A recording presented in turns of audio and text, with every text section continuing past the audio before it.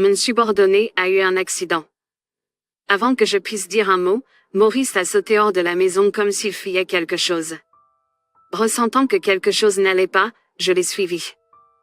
Sans surprise, il était à l'hôpital, mais étrangement, il tenait un bébé du même âge que notre fille, Mali. Je m'appelle Julia, j'ai 34 ans. J'ai un fils de 10 ans, Pierre, et une fille de 6 mois, Mali, et je suis actuellement en congé de maternité. Mon mari, Maurice, a 32 ans, 2 ans de moins que moi. Il peut être un peu fiable de temps en temps, mais il s'occupe vraiment des enfants et est un bon père dans l'ensemble. Je crois qu'il m'apprécie. Il a toujours été décontracté et insouciant, heureux tant qu'il s'amuse dans l'instant, un trait qui était évident même lorsque nous sortions ensemble. Il n'a jamais été particulièrement fidèle, avec d'innombrables occasions manquées d'infidélité. Cela a toujours été une source de préoccupation, et cela me dérange toujours, mais je m'y suis habituée. Même lorsque son regard s'égare ailleurs, il revient toujours à moi et revendique fièrement en public que je suis sa numéro 1. Je sais que c'est juste sa plaisanterie, mais je ne peux m'empêcher de me sentir heureuse. C'est ma faiblesse. Sa nature impulsive s'étend également à sa vie professionnelle. Malgré les connexions grâce à ses beaux-parents, il reste un employé régulier dans son entreprise. Il prétend ne pas être intéressé par les promotions, et cela ne le dérange pas lorsque ses pairs grimpent l'échelle de la carrière. Vous penseriez qu'avec 2 enfants, il serait préoccupé par les frais de scolarité universitaire et les finances à l'avenir. Mais puisque je gagne un salaire décent, il ne semble pas trop inquiet. En fait, je me demande s'il réfléchit vraiment à quoi que ce soit du tout. Nous vivons dans une maison que la famille de Maurice nous avait construite en cadeau de mariage. Cela peut ne pas sembler ainsi, mais Maurice était le fils aîné d'une famille prestigieuse d'un endroit similaire au Nebraska. Tant ses parents que ses grands-parents étaient stricts, équitables et très consciencieux. Qui il ressemble est un mystère complet pour moi. Il détestait la vie restrictive dans sa ville natale et vit loin de chez lui depuis le lycée, résidant dans des dortoirs. Notre fils de 10 ans, Tom, semble avoir hérité des traits des générations précédentes. Maurice, aussi bien en apparence que dans son caractère sérieux, il est une copie conforme. Chaque fois que nous le visitons, il est accueilli encore plus chaleureusement que Maurice. Maurice a toujours profité de cela, me laissant les ennuyeuses visites familiales et Pierre, et partait s'amuser avec ses vieux copains. C'était frustrant, mais avec 2 adorables enfants et une vie de famille, je me disais peut-être que je demandais trop. Même s'il n'est pas le plus fidèle, je sais qu'il aime sincèrement notre famille. J'étais heureuse. C'est ainsi que je me sentais. Bien que j'y sois habituée, cela ne signifie pas que je l'approuve ses aventures. Avant que je ne tombe enceinte de Mali, j'ai vérifié son téléphone portable car ses nuits à l'extérieur avaient augmenté. Il ne semble jamais prudent, ne supprime jamais les messages et ne verrouille même pas son téléphone. C'était facile de voir qu'il envoyait souvent des messages à une jeune travailleuse temporaire et l'invitait à des sorties avec des amis. Lorsque je l'ai confronté, il s'excusait comme un enfant qui s'est fait prendre en train de sauter des corvées. Il le voit probablement comme pas grand-chose. Il ne semble pas se soucier que cela me fasse mal.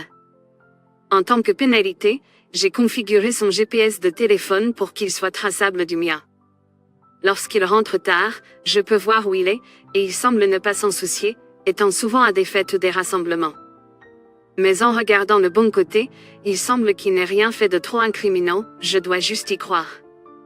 Depuis la naissance de sa fille aînée, Mali, les comportements suspects de Maurice ont diminué.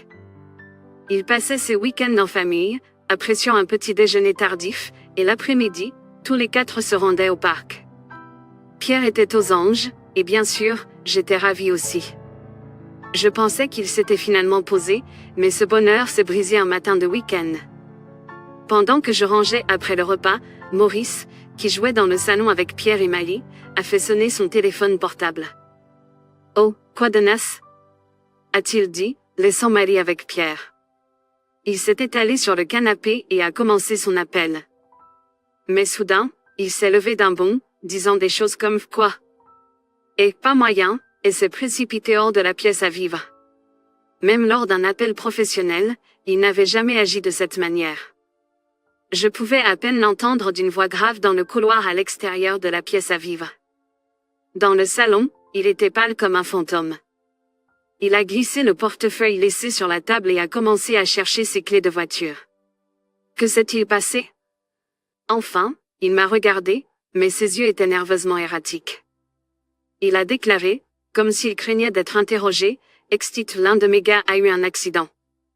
Lequel, ai-je demandé. Je vais à l'hôpital, a-t-il dit, et s'est enfui comme un lapin. Tout s'est passé si vite. Bien sûr, si l'un de ces gars a vraiment eu un accident, je comprends la panique et l'empressement. Mais quelque chose à propos de ses paroles et de ses actions ne m'a pas semblé correct. Après tout, mon mari décontracté n'a pas de subordonné. Alors que j'entendais le bruit de sa voiture s'éloigner, j'ai sorti mon téléphone portable. J'ai lancé l'application GPS pour vérifier son emplacement. L'icône montrant l'emplacement de Maurice s'éloignait de plus en plus de notre domicile. Il est entré dans le plus grand hôpital général de la région, quelque chose de similaire à un grand hôpital de New York. Je suis resté, abasourdi, sur le même canapé sur lequel il avait été allongé juste avant, à regarder mon écran de téléphone. Je voulais vérifier la vérité derrière ses paroles, mais après? Affronter son mensonge, le faire s'excuser comme il le fait toujours, lui infliger une sorte de punition, et après? Retour à la normale? Quel serait le point de savoir la vérité alors? Maman, la voix de Tom m'a ramené à la réalité. Veux-tu aller voir papa? Oui, mais ai-je répondu, encore sous le choc. Bien sûr, je ne pouvais pas simplement laisser les enfants à la maison. Et je ne pouvais vraiment pas les emmener avec moi non plus. Allons-y, a dit Pierre avec force, dispersant mon hésitation. Pendant que tu parles à papa, je veillerai sur Molly. Allons-y tous ensemble, ai-je insisté en me levant du canapé. Nous avons rappelé un taxi et les trois nous sommes arrivés à l'hôpital.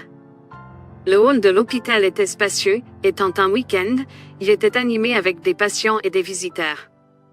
Alors que je réfléchissais à la façon de localiser Maurice, je repérais un visage familier. Nous nous sommes reconnus avec un signe de tête. C'était un collègue de Maurice. Je l'avais invité à la maison avant. Il et Maurice avaient commencé dans l'entreprise en même temps, mais il était déjà devenu un chef d'équipe. Je lui ai demandé de me conduire à l'endroit où Maurice se trouvait. Dès que nos yeux se sont rencontrés, il avait l'air troublé, me regardant avec un regard complexe. En prenant une grande respiration, je lui ai expliqué que Maurice était parti brusquement de la maison et que je voulais savoir ce qui s'était passé. Sa réaction était une vraie surprise. Il a demandé si Maurice avait été à la maison avec moi. Oui, c'est dimanche, donc. Notre conversation ne s'accordait pas vraiment. Nous étions devant une salle intitulée « Salle d'urgence ».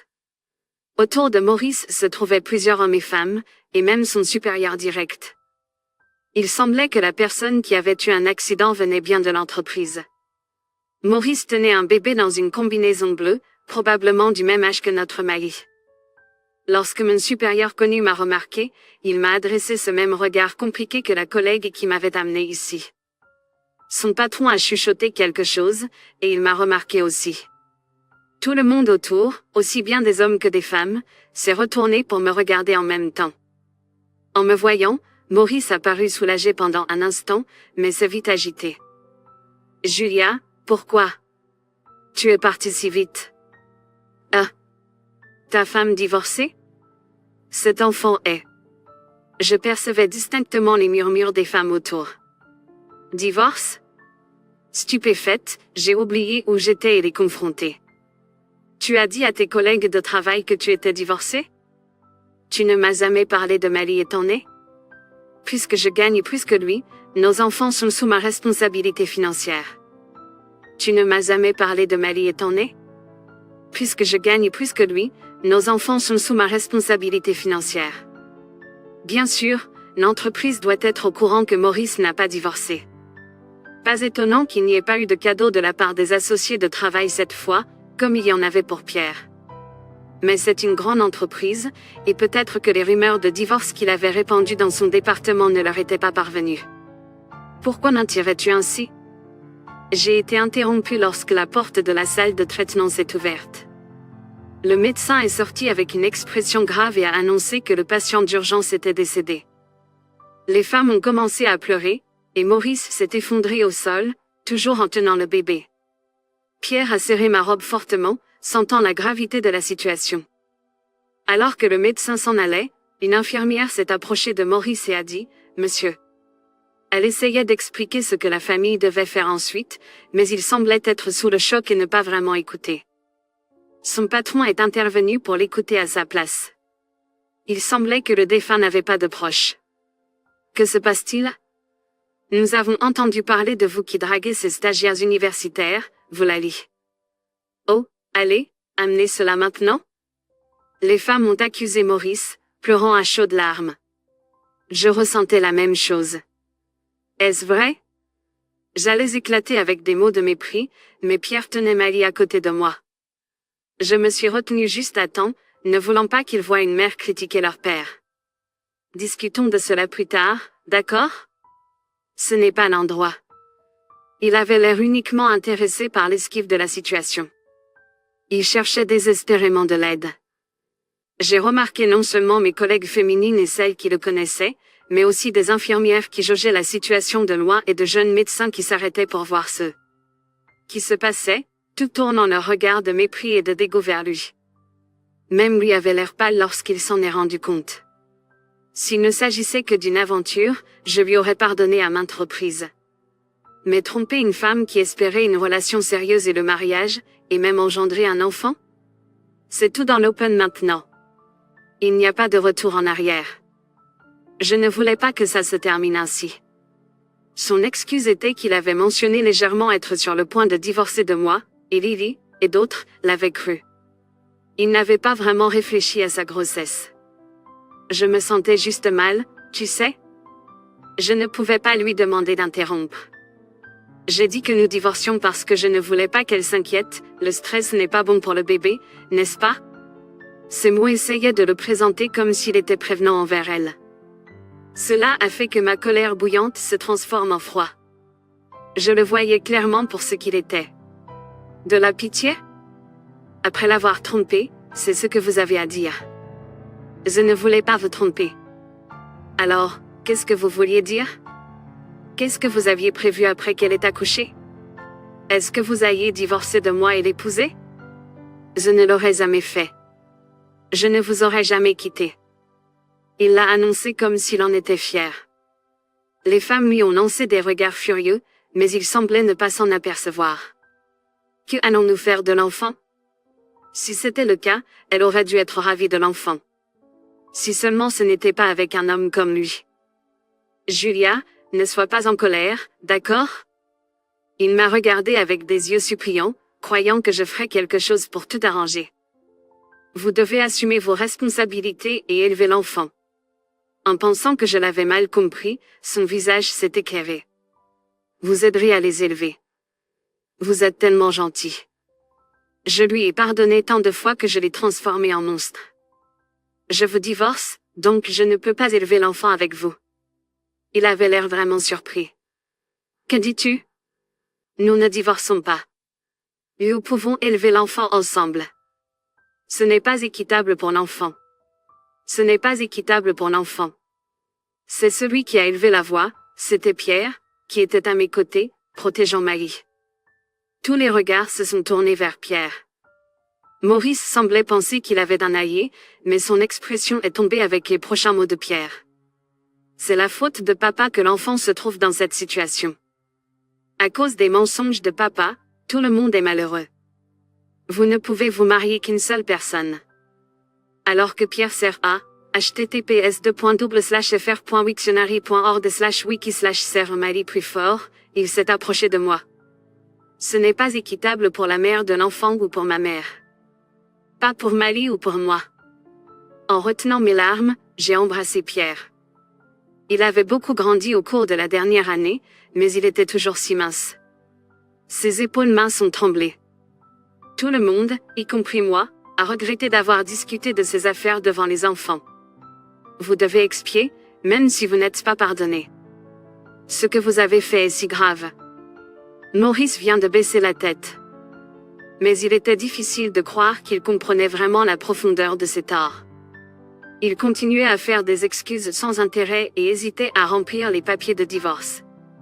À court d'options, j'ai expliqué la situation à mes beaux-parents. Mes beaux-parents, scandalisés et furieux, étaient également choqués. Et bien sûr, le patriarche de la famille, le grand-père aussi.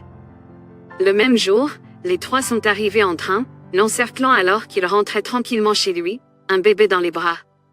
Lorsqu'il a été frappé par mon beau-père, qui avait l'air furieux. Maurice m'a regardé, s'attendant à de la sympathie. Il a exagérément crié et s'est agrippé à moi, mais je ne me suis pas démontée. Sachant que les beaux-parents allaient venir et anticipant ce face-à-face, j'avais envoyé nos enfants chez mes parents, qui vivent à proximité. Bien que la situation m'ait permis de tout exprimer, je me suis dit que ce n'était plus la peine. Je voulais juste qu'ils disparaissent de ma vue. Les beaux-parents et le grand-père ont réprimandé Pierre et l'ont obligé à signer les papiers de divorce. Au milieu du processus, Pierre m'a regardé, probablement dans l'espoir d'un peu d'aide. Mais je ne ressentais que du dégoût. Mes beaux-parents ont utilisé leur relation pour le faire renvoyer de l'entreprise. Désormais, tout le monde dans l'entreprise était au courant de ces méfaits. Il était déjà considéré comme un fainéant, donc personne n'a été désolé de le voir partir. Après cela, il a été forcé de travailler dans un emploi exigeant, dans le village des beaux-parents. Il n'avait aucun mot à dire dans l'affaire. L'environnement était dominé par les hommes et le travail était trop dur pour un gars comme lui, ne lui laissant aucun temps pour les loisirs. Une grosse partie de son chèque de paie était retenue pour la pension alimentaire pour enfants, personne ne l'a gâté là-bas. Il avait l'air émacié, sans l'énergie ni le courage de fuir, il a simplement continué à travailler comme on le lui disait. Ce genre de vie est probablement ce à quoi il est confronté, pendant de nombreuses années à venir. Les funérailles de Lily ont eu lieu chez nous, organisées par mes beaux-parents. J'ai accepté. Je sentais que c'était mon dernier devoir en tant qu'époux. Beaucoup, y compris ses amies et collègues féminines, ont assisté, et je crois que Lily n'était pas seule. Le bébé de Lily a été adopté par mes beaux-parents et élevé dans leur maison familiale principale. Pierre, préoccupé par l'avenir du bébé qui avait perdu sa mère, semblait soulagé en l'entendant. Que ce soit à cause de son décès ou parce qu'elle était l'une des victimes de Maurice, je ressentais à peine de l'animosité à son égard. Je ne peux m'empêcher d'imaginer à quel point elle doit regretter d'avoir laissé un bébé derrière elle. J'étais vraiment heureuse que le bébé ait été accueilli par mes beaux-parents. Grâce à mes beaux-parents, nous avons pu rester dans notre maison. Actuellement, nous vivons avec l'aide de mes parents, qui vivent près de chez nous. Nous prévoyons de passer notre temps tranquillement, tous les trois, jusqu'à ce que je revienne de mon congé de maternité. J'étais reconnaissante pour la gentillesse de mes beaux-parents, mais je voulais déménager avant que Pierre ne commence le lycée. Je pensais que c'était nécessaire pour les enfants, qui ont des souvenirs de vivre avec leur père dans cette maison, et de commencer une nouvelle vie. Compte tenu du soutien dont j'ai besoin de ma famille, je ne peux pas déménager trop loin. Donc, j'ai réévalué et j'ai pensé à construire une maison à 2 familles pour vivre avec mes parents. Penser à l'avenir me rend enthousiaste à l'idée de reprendre le travail.